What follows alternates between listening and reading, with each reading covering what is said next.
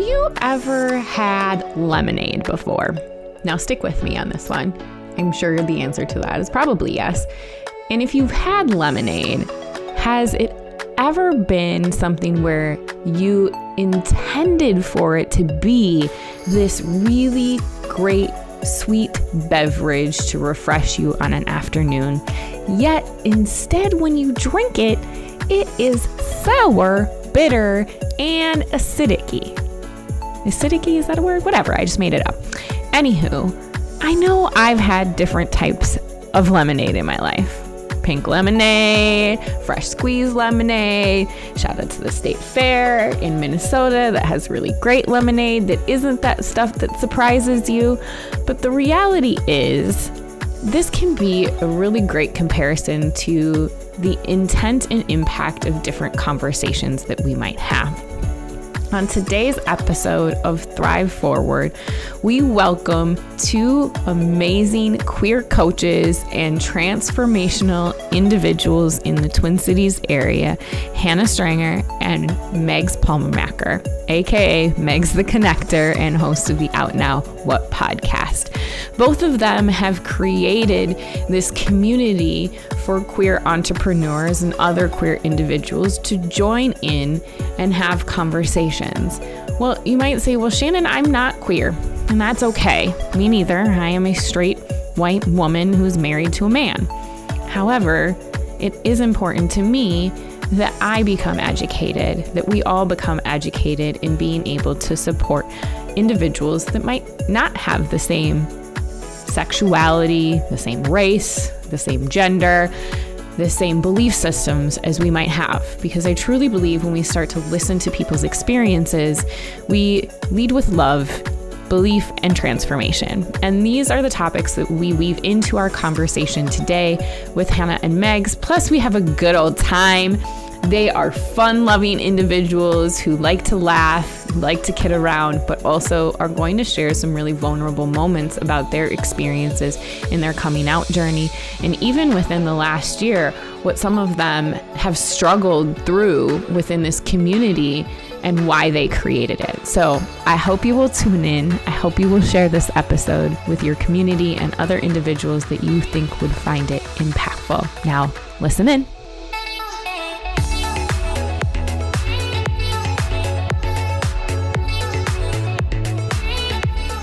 I'm pumped for today's conversation.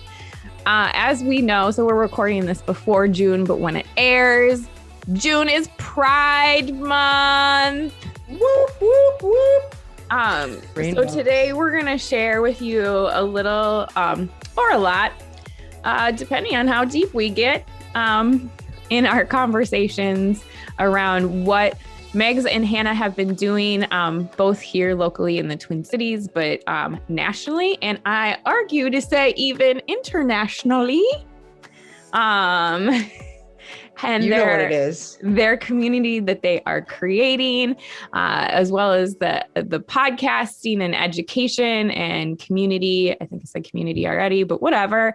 And then we're going to talk about a very key space that I think needs some education and conversation, and that's allyship. And how do we show up in that space? Like myself as a straight individual, how do I show up to support the two of you who I love so much? So let's chat. Let's talk about this. So for those of you who don't know Hannah, I'm going to have Hannah go first, because those of you who have listened to the Thrive Forward podcast before and know me know Megs very well, because we are very good friends. And Hannah, I got to meet through Megs, and I consider a dear friend as well, and is just as cool and just as badass. Maybe without the coffee videos that we were making fun of Megs about before this morning. So Hannah, tell us a little bit about yourself. How did you get to the space that we are in today? And then we'll dive into Megs and the community and that jazz. I don't even know how I got here, man. I tell you, Megs and I go way back, though. Actually, we were both raised in the Catholic Church, and we both went to World Youth Day in Europe. Was that like 2005 or something? Didn't even know it. And then we get to reconnect how many years later? And I do consider Megs actually a catalyst for where I am today. Yeah. Because I grew up in small town Wisconsin, didn't really realize, who I was and like my sexuality until after I came to Minneapolis, graduated from art school, and was just trying to kind of find my way. So I was a creative director, started getting kind of meh with the job. It's draining and not so fun. And I started up coaching creatives because that was my jam, that was my world. And all of a sudden Megs comes in to my life and she's like, we're gonna queer it up in here. And she gave me the confidence just to be me. And so I've been able to shift from serving like the creative sphere to more like the queer entrepreneurs and being able to really lean into who I am. And it's been a lot of fun along the way. Yeah. I mean, I have loved to watch the journey that the two of you have been on, from more of afar because COVID and kids. It happens. Okay. But I love to see, and Megs, I've loved to see your journey and how you've just really stepped into who you are and who you were created to be. And I believe that. And I think that we'll talk a little bit about that faith aspect of things too, Hannah, as we dig into these conversations, because I think it plays a huge part for some individuals. And we gotta rattle on that door, break it down a little bit. Mm-hmm. Maybe bang on it. I don't know, knock nicely, and then, I don't know, kick it in. Kick it down.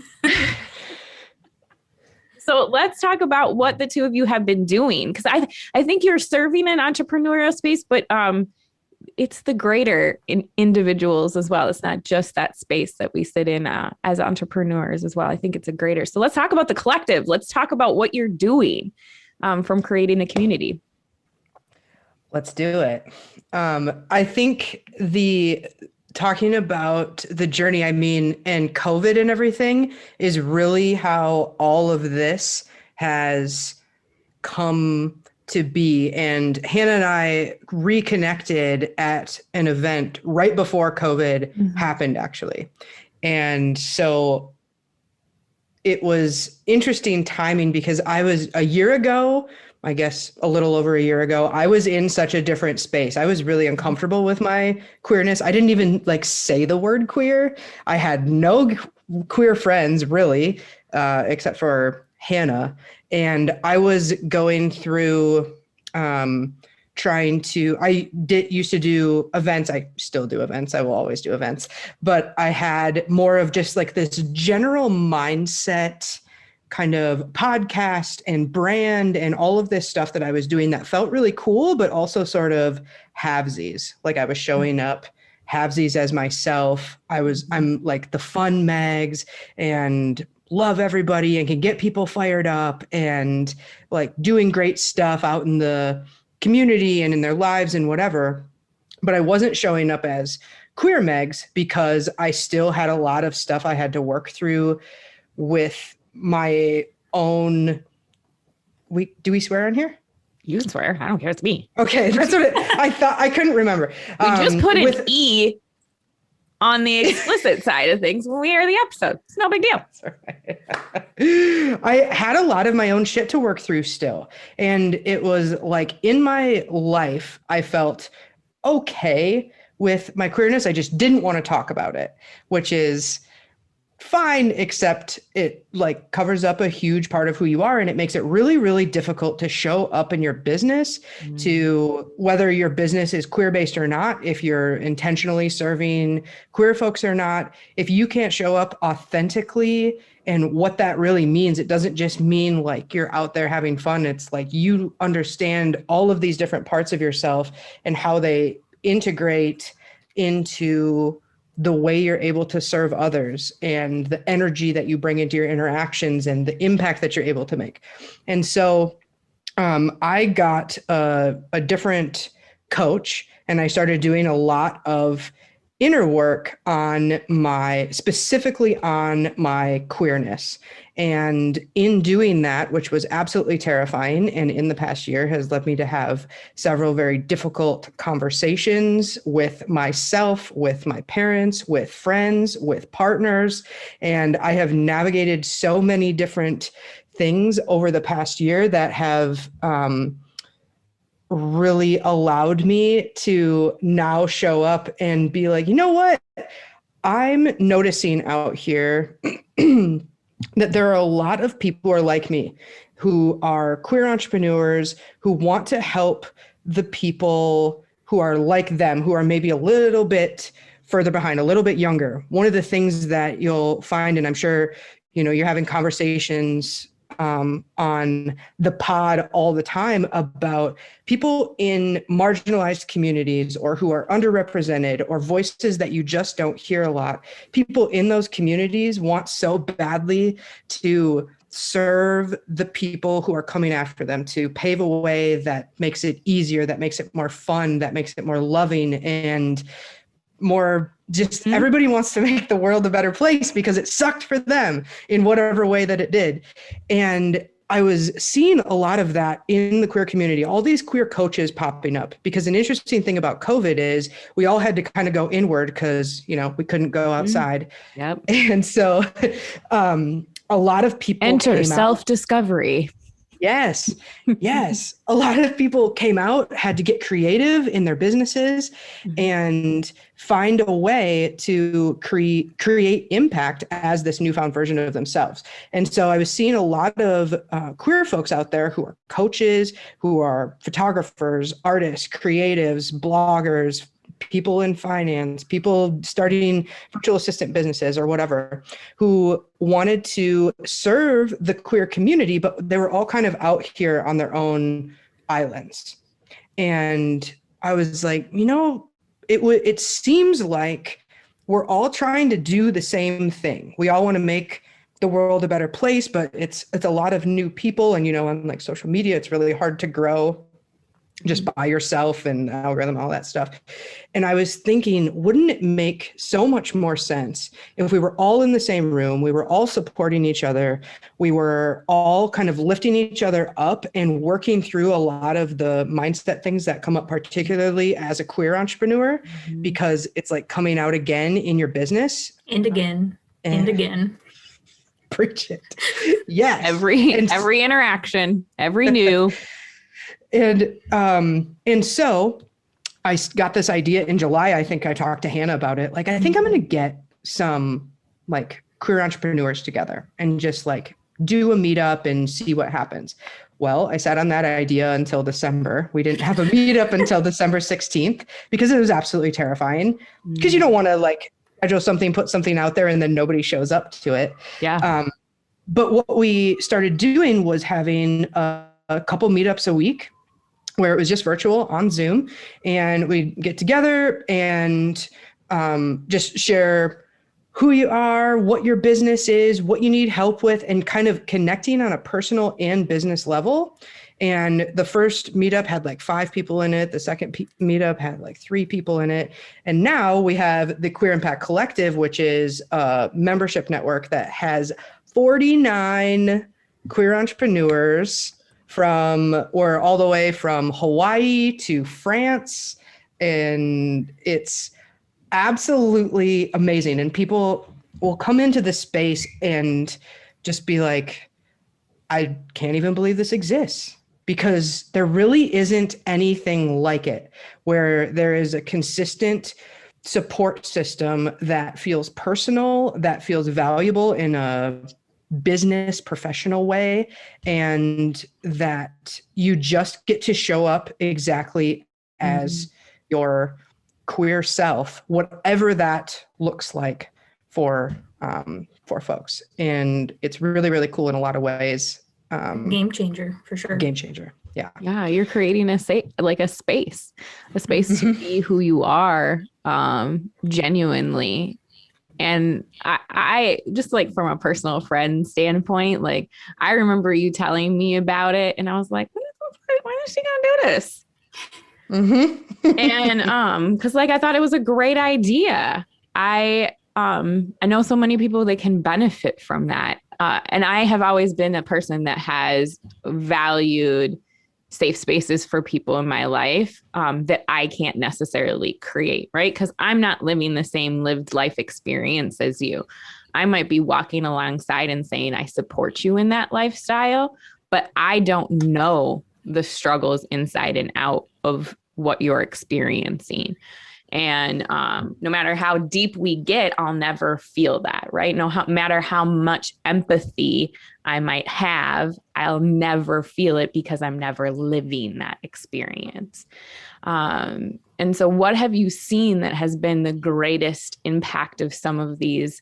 And maybe, I don't know, maybe you can share a story, maybe you can talk about it, but what is that impact that you've seen by creating this community?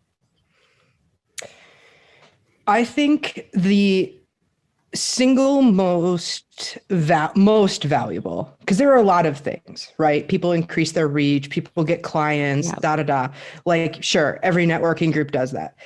But the thing that you start to see, I think, is just people open up because, and that can look a lot of different ways. I was having a conversation with somebody in the collective a couple months ago, and they said, something I've noticed, because they've been with the collective from the time that the meetup started, is that folks are starting to come in and they'll kind of like play around with pronouns or introduce themselves in a different way or something like that. A lot more folks introducing as she, they, or he, they, or they, them, and those kinds of things, which seems like such a small thing, but when you have a space to kind of test that out, because when you're figuring out your identity, you want to have spaces where you can kind of try things on and feel safe in doing so, because nobody's going to judge you if you like come in, you're like, I'm Megs, she, her, because we, of course, always introduce with name pronouns and just create that space on the front end. But something very small like that, where folks can kind of try out different things and talk about the things that are actually hard, not like, oh, I don't like being on video, but like, I posted something and then I got this DM from my dad, or I am showing up to a client interaction and they're misgendering me. How do I redirect that? We had a great conversation about that just a couple of weeks ago. And so I think it's having that space to really work through with people who get it, some of the things that come up in the entrepreneurial experience as a queer person that are underlying. It's not something you're going to get from a course. You just have to be able to process it and have people that are going to back you, and also be able to be like, yo, me too. That sucks for me too. And be able to work through some of that, I think, is hugely impactful, because it creates the space where then people are able to leave and go show up for their clients authentically, because they've had the space to process and they're able to work through a lot of those things. I think is the most impactful. What do you think, Hannah? Yeah, no, I agree. And I think a piece of that is just the confidence too.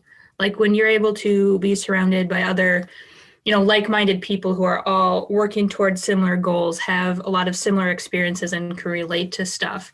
And when you get to realize that you're not alone in this, because a lot of business spaces, you feel alone because they don't quite obviously understand, like you said, you can be empathetic and supportive, but you just don't have that lived experience.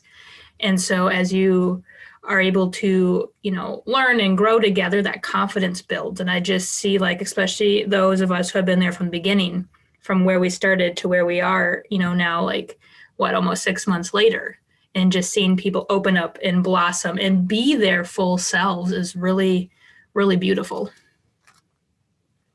I hear from both of you how, and Megs, I heard this like loud and clear, like a course is not something that allows for this space. Rather, it's connection and experience and belonging, right? We inherently as humans want to belong. Like, why does social media exist? Why do networking? Why does happy hour? Why do all these opportunities for us to belong? And when we look at marginalized communities, the desire is even stronger to belong, because you are a part of this mass part of society every day in and day out, and then you got to go home. And the decompress is something that a straight white privileged individual is not always going to understand that decompression. And I think that's hard for maybe some people to understand, right? Some people are like, well, I don't, I want to be open, but I don't know how. And then I got these beliefs inside my brain that says maybe this isn't an okay lifestyle to have. How do I create an educate myself? Because again, let me say this for my listeners, as I've always said, it is not the job of Black and Brown people or our queer communities to educate you on their lives and what you should be doing. It's our jobs to educate. But of course, we have some really awesome resources that we bring on that are willing to share some of those things. But then you actually have to do the work, right? Sorry, plug, gotta say it. So I think that that's something that's really important. And I'd love to kind of transition into how do we support what you're doing and look at it not as an element, because I think deep down inside, some people look at it as, well, now like I really want to support the queer community, but if they're going to put money back into the queer community, then they're not going to support my business. And then why would I support them? Right. It's this like volcanic act of like insecurity inside, but somebody probably doesn't really want to say it out loud. Right.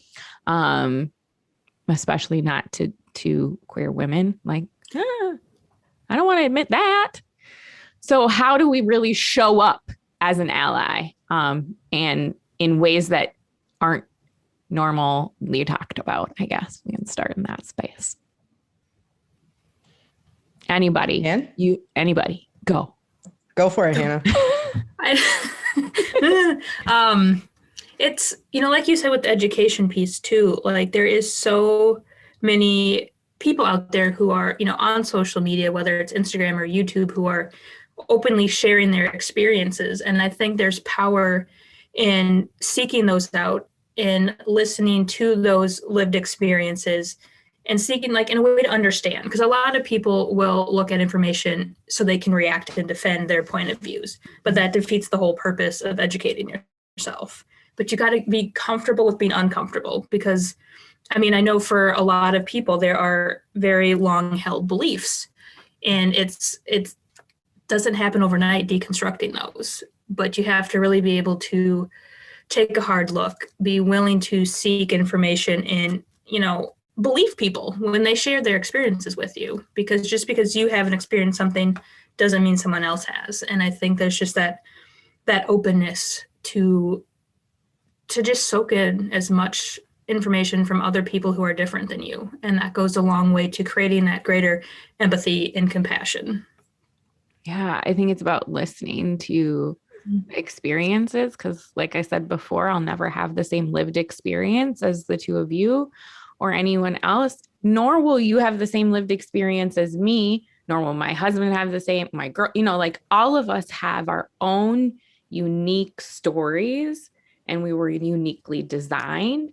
And so being able to sit back and listen, and also not every queer person has the same experience. Let me just caveat that there. Like, is that, we're very different. You just put that in like bold italicized rainbow just lettering. Like not every white woman is the same. Not every queer person is the same. Every Black person is the same.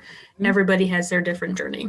Yeah, absolutely. And I think being able to, like you said, not listen to respond. And I think that is something that we can use in all different types of difficult situations or challenging or uncomfortable situations. Meg, would you have anything to add in that space of like starting point?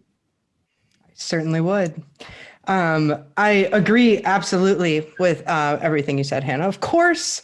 And I think educating yourself is super important, because I think there are multiple ways that we're out here trying to be allies, right? So if you are a person who just cares about inclusion, or you're trying to think like, okay, in my business, how can I be more inclusive? I think those are things where you can kind of get some of these general umbrella ideas about using pronouns or having gender neutral language in your copy, or like little things like that just kind of naturally create a safe space for folks to experience whatever it is you have to offer. Because of course, queer people are going to be clients of not queer people and absolutely love a lot of the allies that are out there, but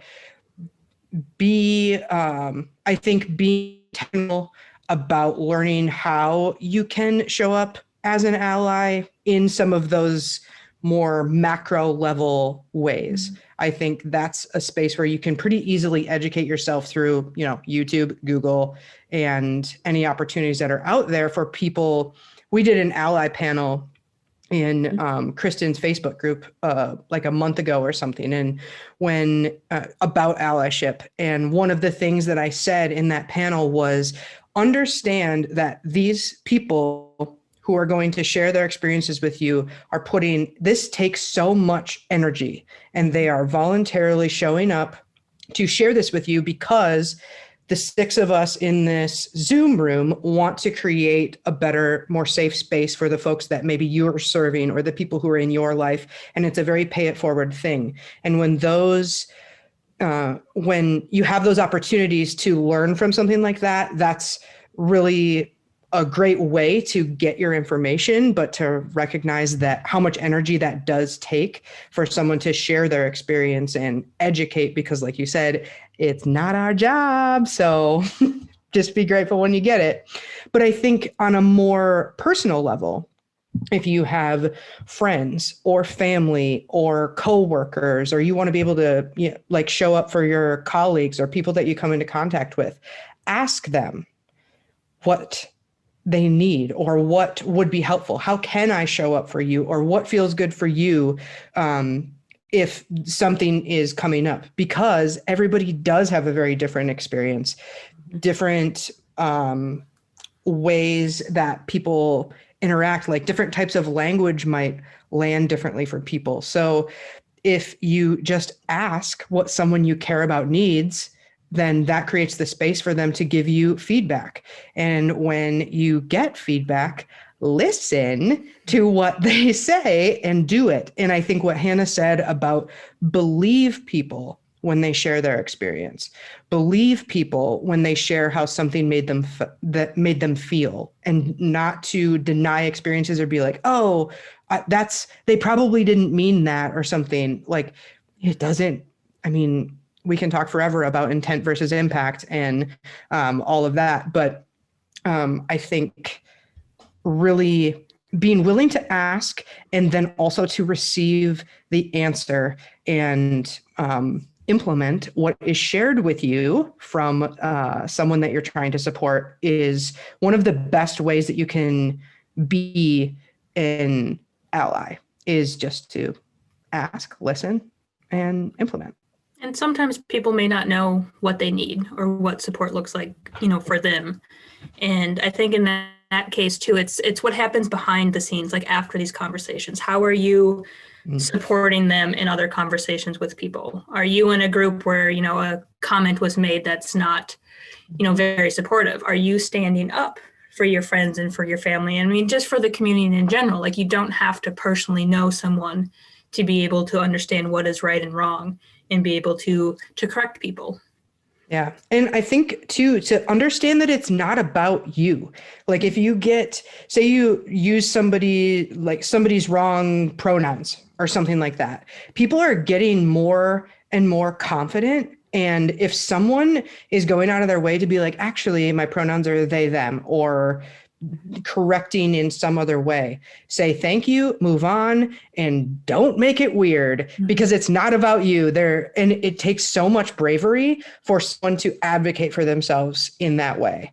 So if you have an experience like that, or you ask somebody like, oh, do you have a boyfriend? And they're like, actually, I have a whatever. You don't have to make it weird. Just be like, oh, and then continue the conversation. And it's not about you and your goodness as a person, and you don't need to qualify everything, because people make it so weird because they're so worried about themselves instead of actually supporting the person that they're trying to support.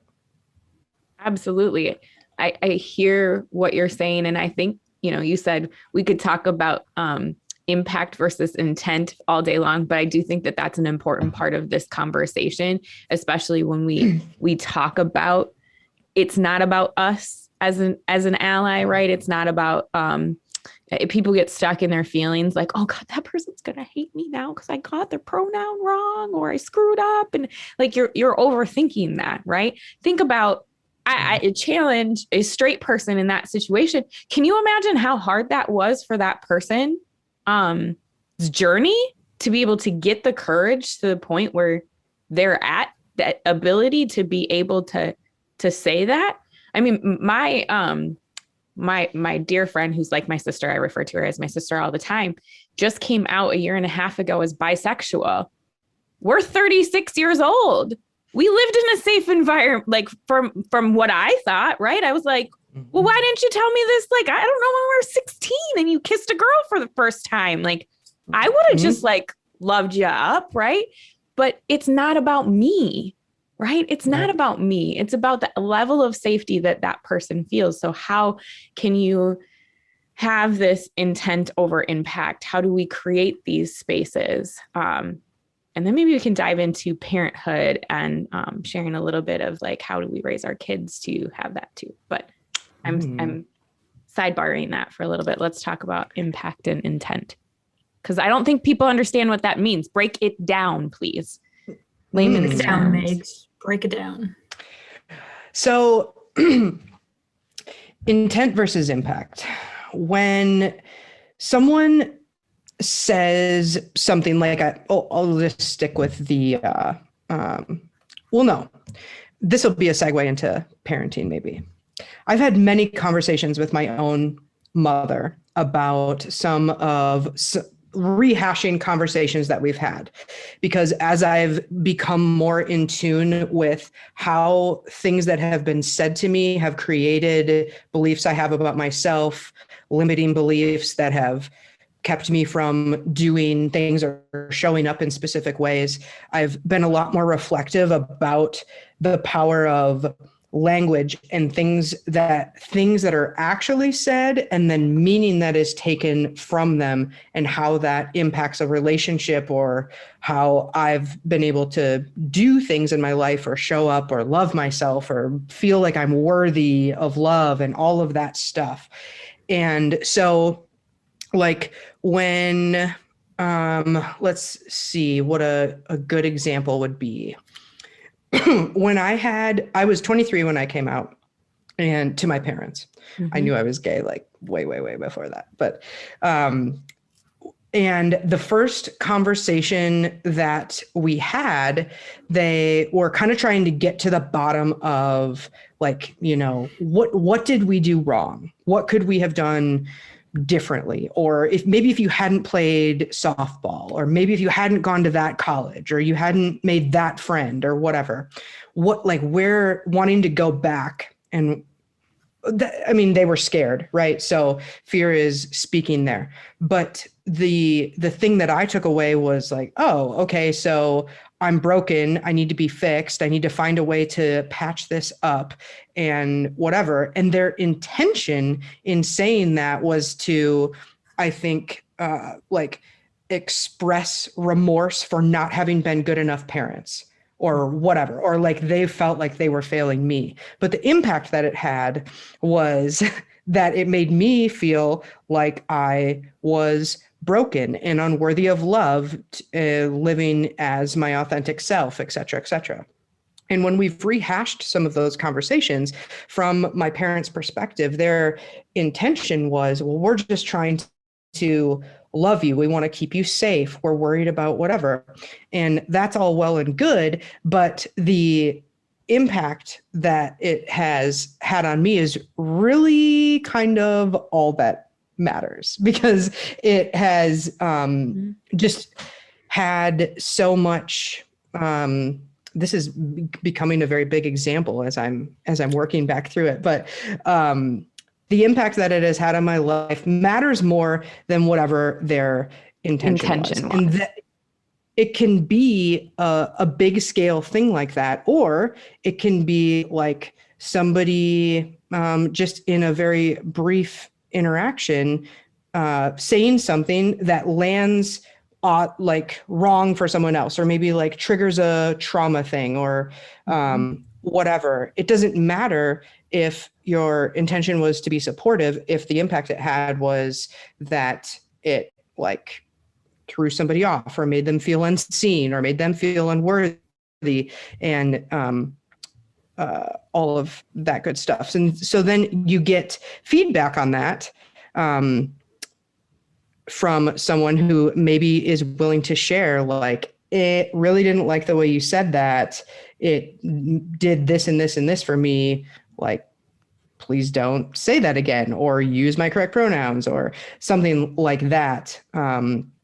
Is, I think, when you back up and so worried about you, making it about you and what you meant and trying to qualify all of it and focus on the impact and just being like, yo, I'm sorry, I won't do that again.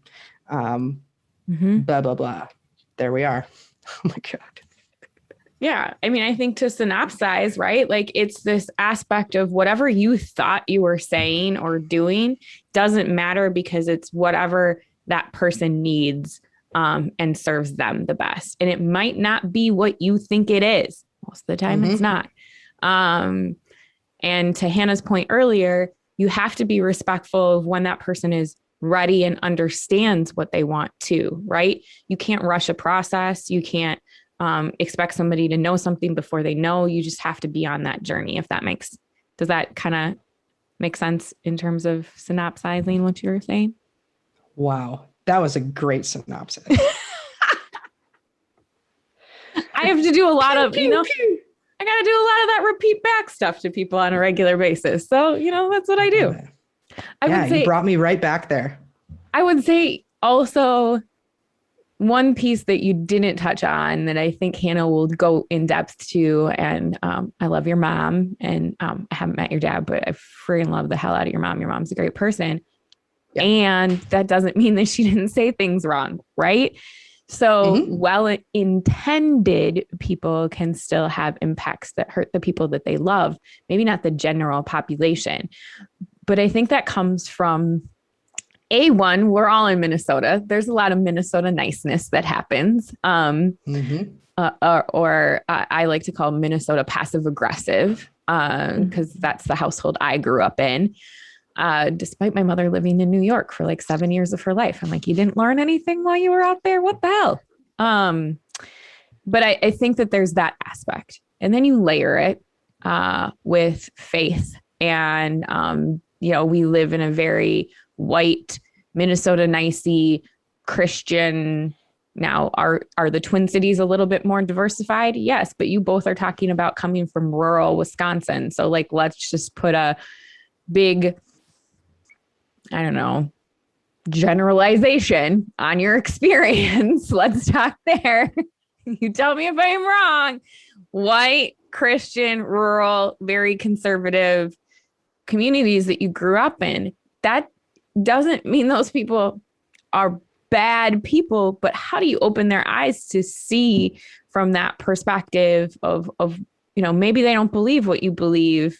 How do we have some of those? I mean, this could be a whole nother freaking episode. So, and maybe we will at a later date do another episode like this, but how do we help people see that? And I think some of it comes from other people like me, but also how do we come together in those conversations too? Any points Definitely on that? Is a challenge. I know that was the biggest hurdle for me, even trying to think about myself being gay. Like, I internalized that because I grew up without any frame of reference. I grew up that it's a sin. Like, Ellen was on TV. My dad's like, why are you watching her? She's a lesbian. I'm like, okay, so flip the channel.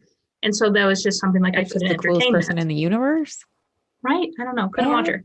But it's like, coming out to them then was absolutely terrifying. And my dad in particular is very, very religious and very set in his ways, and it continually goes back to like the Bible, and he has like this biblical versus worldview sort of thing. So sometimes talking to him is like talking to a brick wall. And it's, I liken it a little bit to recognize that the Bible, doesn't have anything about homosexuality in it. That was something that came about in 1946. But to think about too, like it's been translated how many years by white men? Mm-hmm. You can believe God is infallible, but you bet men are fallible. So it's like for taking something as God's word that really isn't, it's hard, I think, for me looking back, because obviously I grew up Catholic and grew up learning this stuff, that it's taken up. And it's still, it's a journey of deconstructing what I grew up learning and really being able to realize that you can look at the Bible like, I always tell my dad actually, like trying to look at it through like a queer lens. But then you get the comeback, well, why are you trying to fit it in through this lens? Like it is what it is. But it's like you're looking at it through a lens. And this person looks at it through their lens. Like, you think about all the different religions in the world even. Like at its core, they have the same beliefs. But everybody has something slightly different. And that's where we run into problems.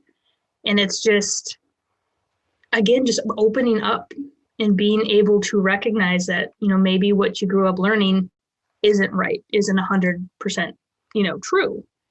And getting uncomfortable again with kind of asking the hard questions. I think as a whole, churches are kind of anti-questioning. Like, oh, don't question this. It's just what it is. Mm-hmm. But you have to. We're in a completely different space right now than we were 2,000 years ago. Mm-hmm. And it's just that evolution and recognizing that you got to look at the core of the teachings too. And we are just people. We are humans. And, God is a God of love. So there's this disconnect on what does love mean? It doesn't mean condemning people to hell. And it's very like, it's so layered and complicated. And I don't know if there's really, There's probably not an easy answer to anything in life, right?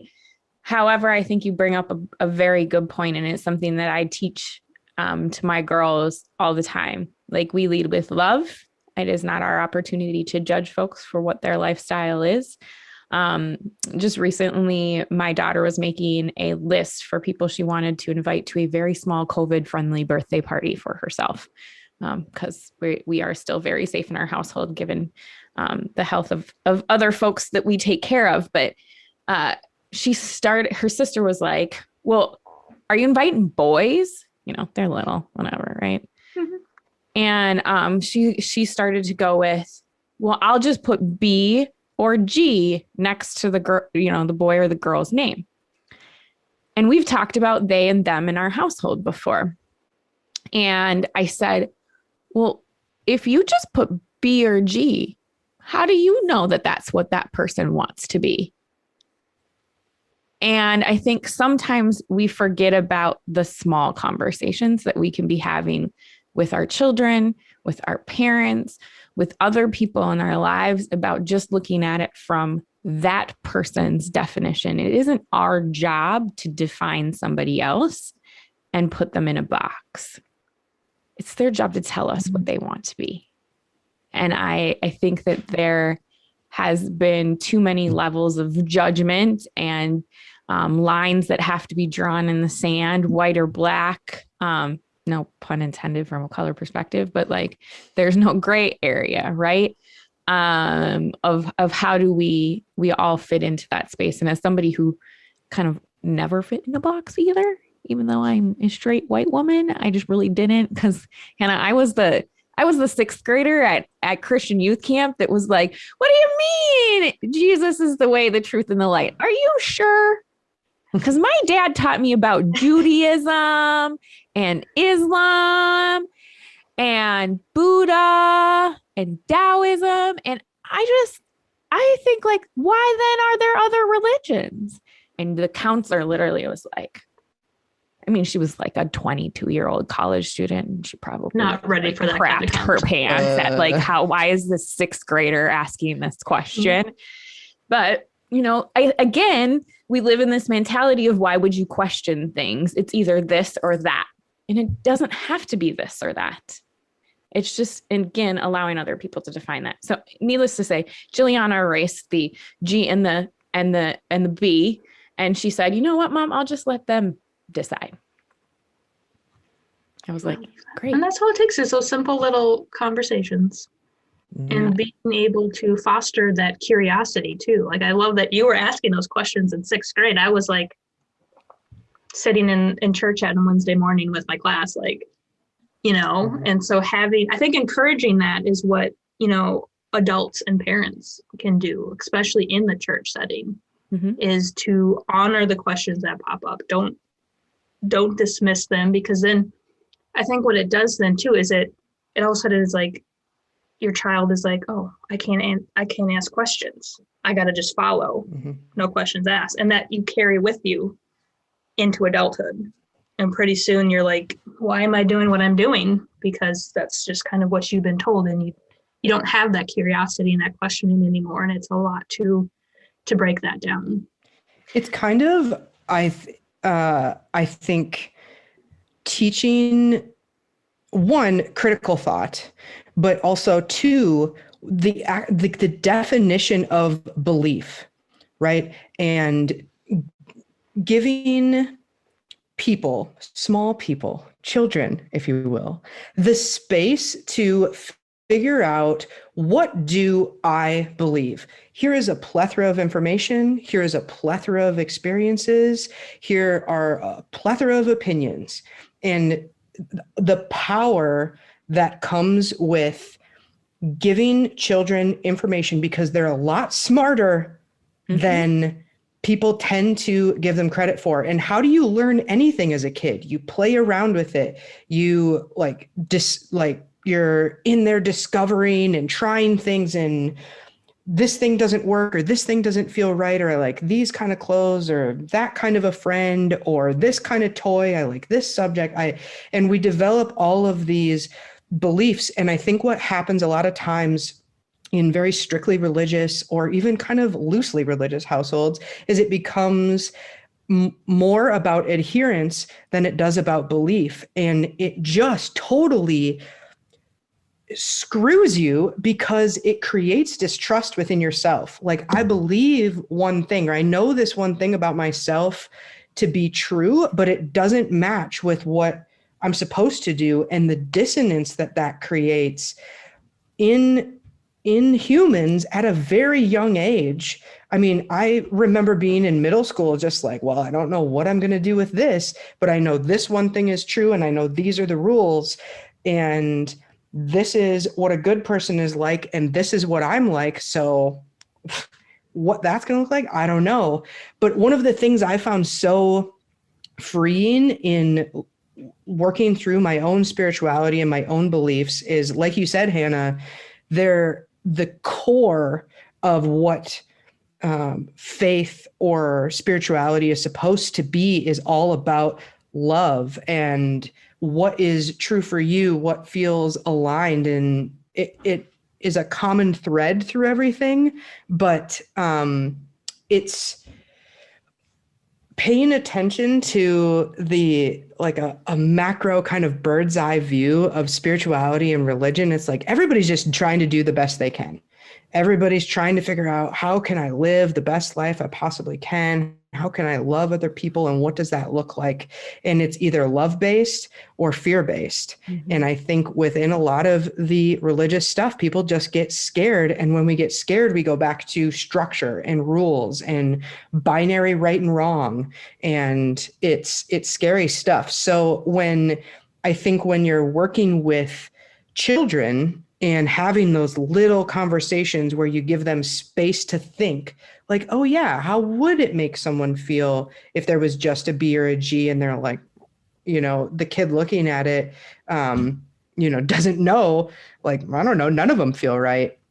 And they just have license to think and to explore and to have freedom to believe whatever feels right for them. That's so powerful. And I think something that people are moving a lot towards a lot more. And I think just because of the circles I run in now, I see a lot more families doing that, and parents being really intentional about creating those spaces. And it's so powerful to see how kids show up if you give them the space to do that.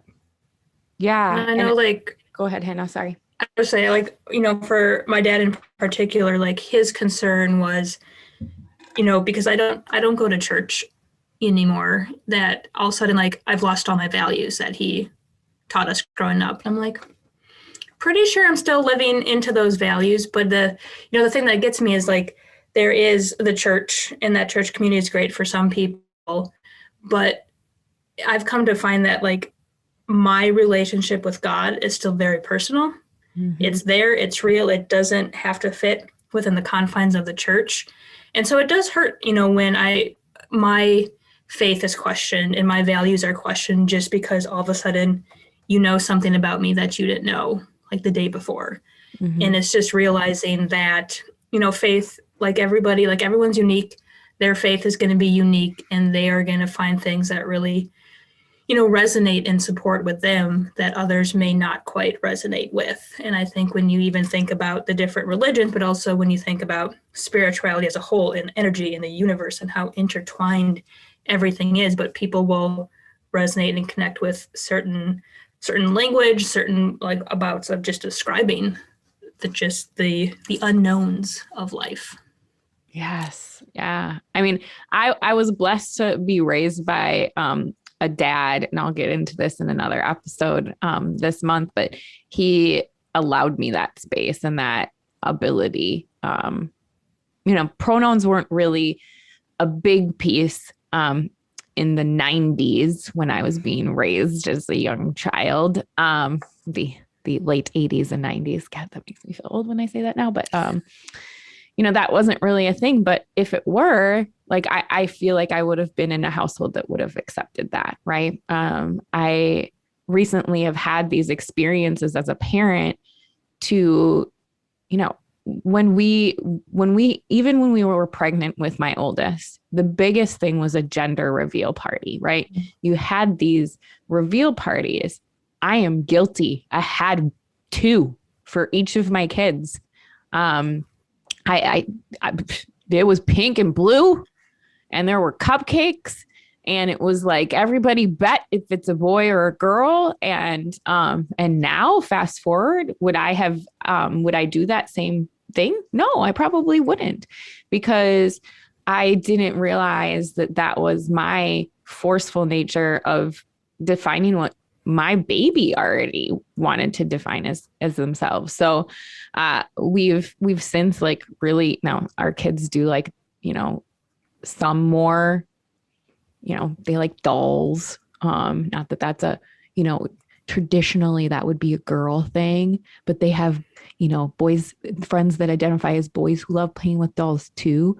And we were recently in a McDonald's parking lot. Yes, I take my kids to McDonald's when I am desperate for not making dinner. Don't judge me. Don't at me for taking my kids to McDonald's. Listen, those new crispy chicken sandwiches, pretty good though. What's that? But we had a very good learning experience. And my girls have a mom that just doesn't know how to put filter on in the drive-up line as I'm ordering them their Happy Meal. And as we grew up, there was always a boy or a girl toy, right? Mm-hmm. Well, the lovely employee in the drive-up had no idea what they were getting when they asked me, do you want a girl or a boy toy? And I said, oh, really? We're still doing that right now? Like, you really think that we need to have a boy or a girl toy?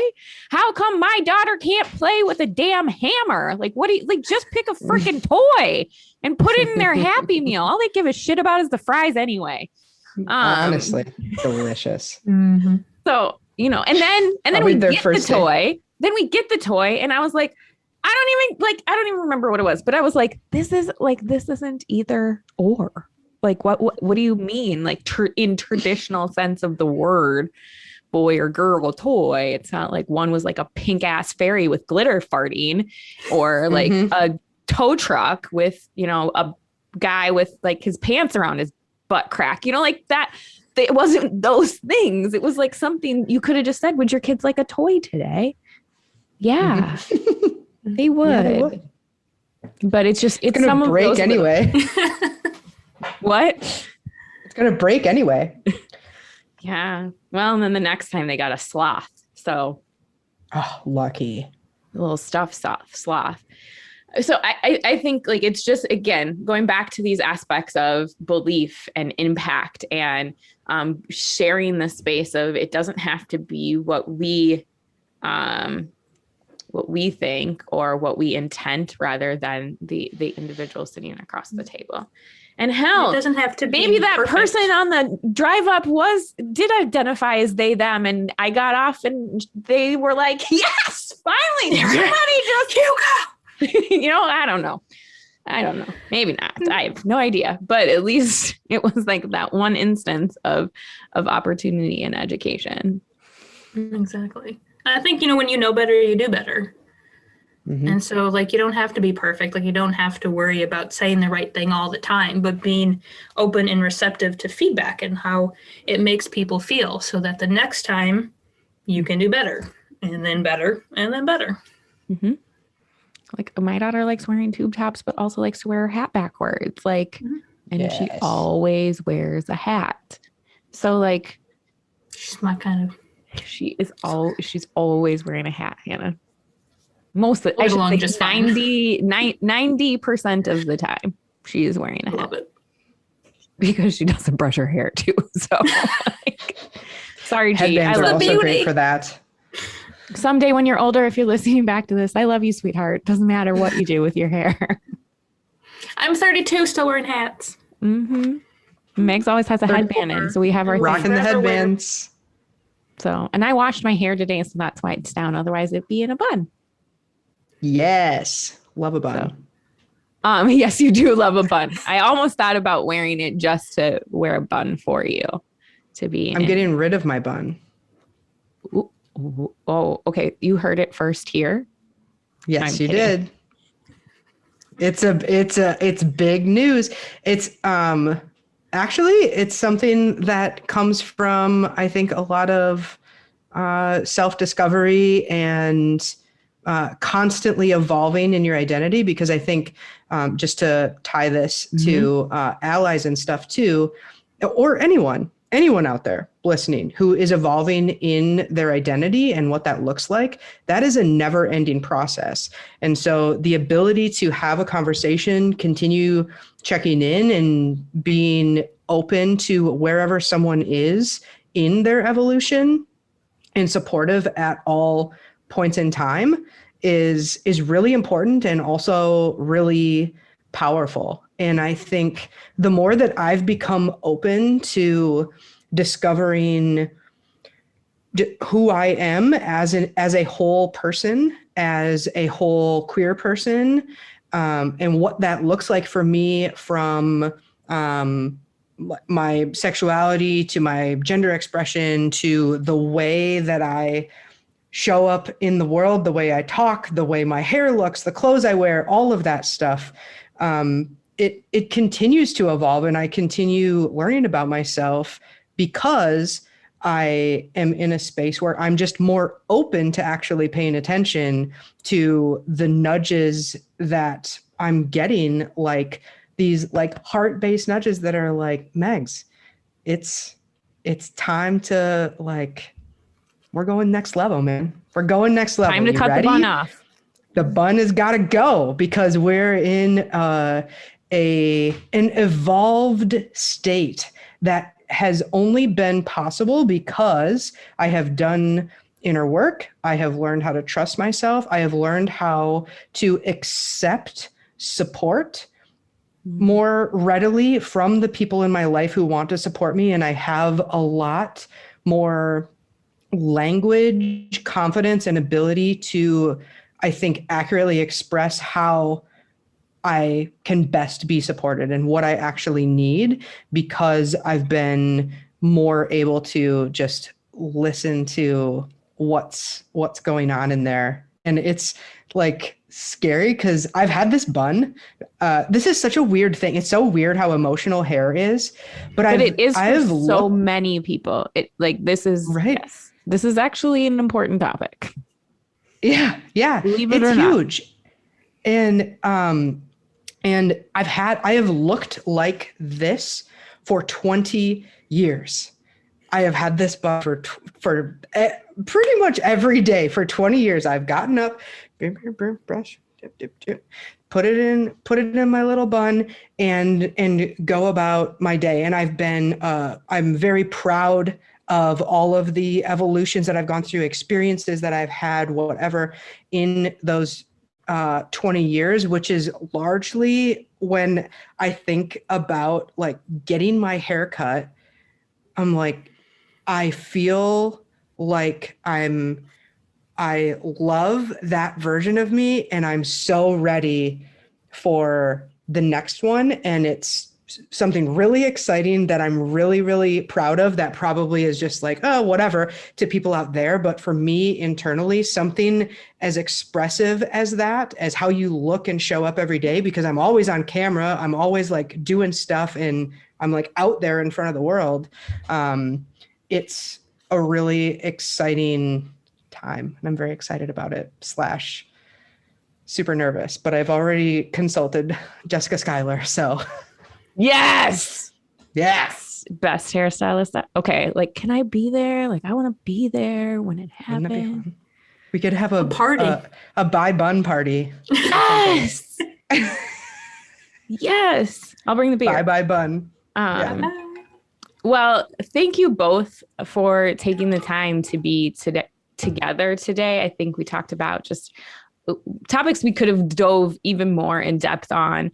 And I encourage anyone who's listening who wants to dive deeper in those thought processes or conversations to follow these two amazing women on their journey as they go through life. And as they build community. If you're not watching and you're listening, Megs just like did some crazy dance move. Dabbed. Oh, is that what the kids call it these days? I don't even know. Dab on that. You know, I'm still doing the Carlton. You're not even that old. Carlton. No, but when they start releasing sequels of the shows you watched as a child and they're growing up, like Fuller House, and now your kids are like, Mom, this is the best show ever. And I'm like, yeah, the original was better. Or Girl Meets World after Boy Meets World, and now Corey and Topanga are growing up. Like, I'm just, and there's a Friends reunion and they have gray hair. Like, what is even happening right now? So yes, I'm still doing the Carlton. I don't know what the dab is. Sidebar, rabbit hole, we entered.